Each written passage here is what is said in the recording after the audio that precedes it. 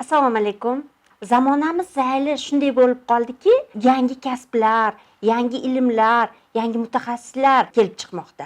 Har bitta soha o'z bilim doirasida, kasb doirasida boshqa yana kichkina mutaxassislarga ajralib ketmoqda.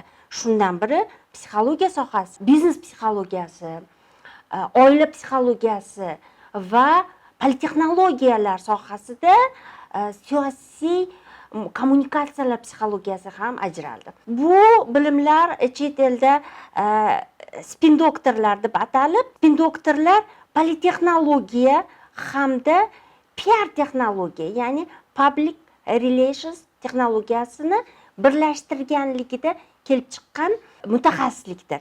Spin nima degani? Spin degani aylanish, buralish degani. Doktor degani esa davolovchi degani. Spin doktorlar nimani davolaydi?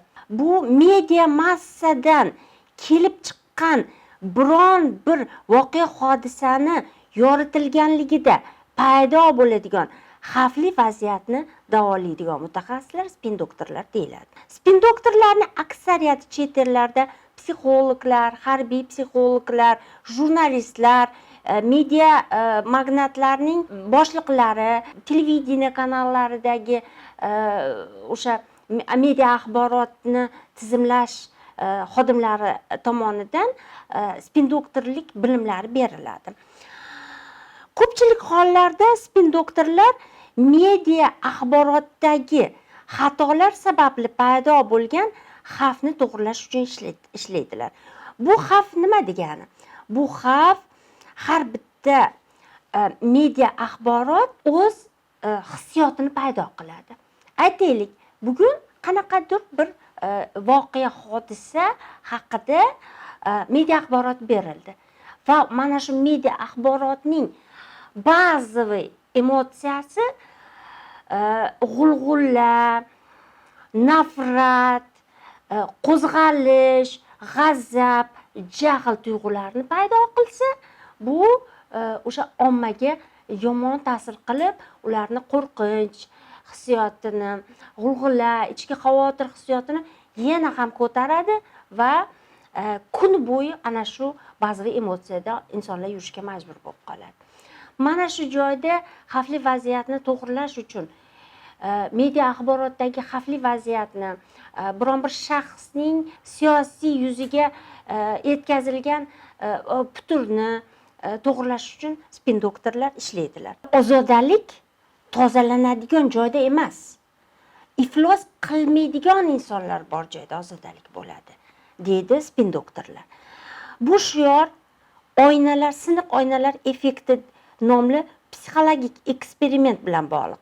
Buni amerikalik olimlar James Wilson va George Kelling tomonidan 1982-yilda kashf qilingan. Ular muqaddas kitoblaridagi yomon jamiyatdagi yomon ma'lumotlar ezgu g'oyalarni yo'qotadi degan o'sha muqaddas kitobdagi yozuvni eksperiment sifatida o'tkazishgan va bir joyda axlat uyumi tashlansa 95% inson o'sha joyga tashlandiq bo'lib ketguncha axlat uyumi tashlashi eksperimenti o'tkazilgan.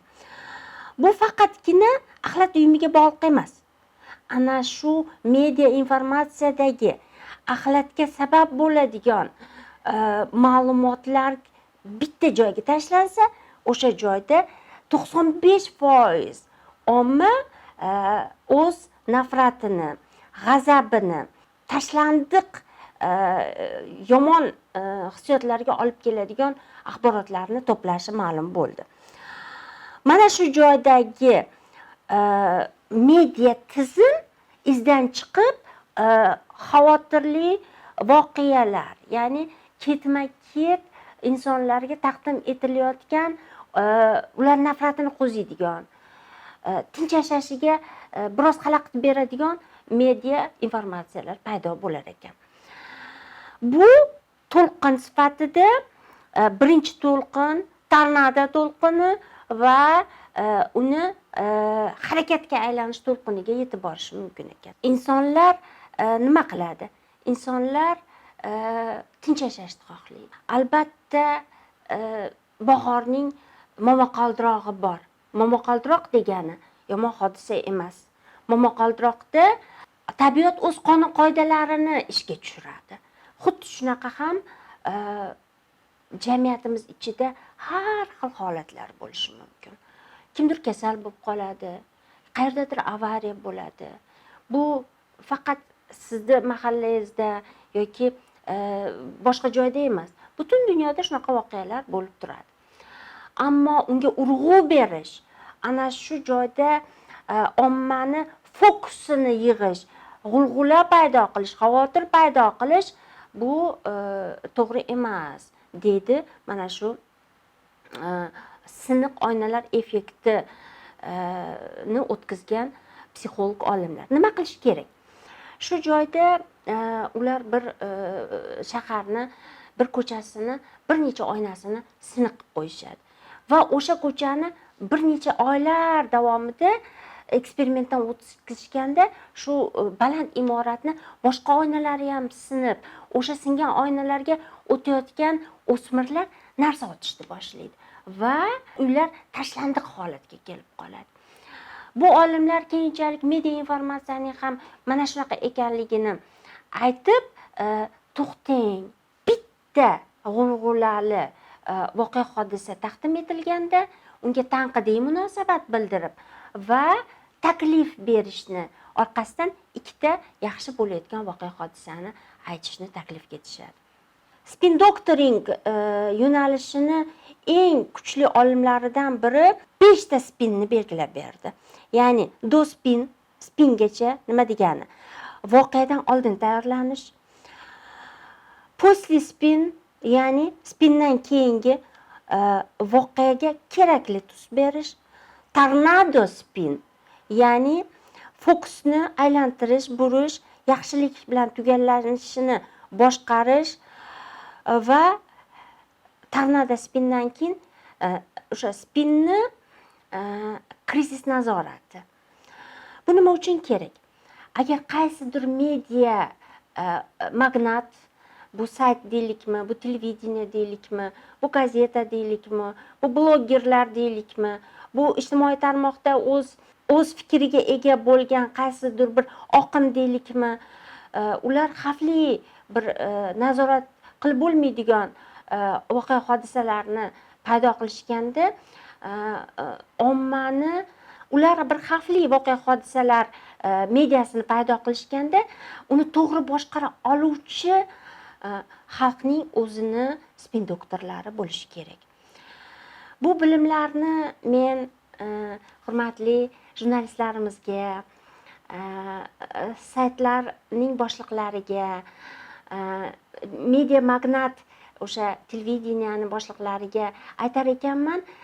Shuni aytgan bo'lardimki, qanchalik ko'p media informatsiya, axborot tizimi berilsa, shunchalik boshqaruv tizimini eplay olish kerak.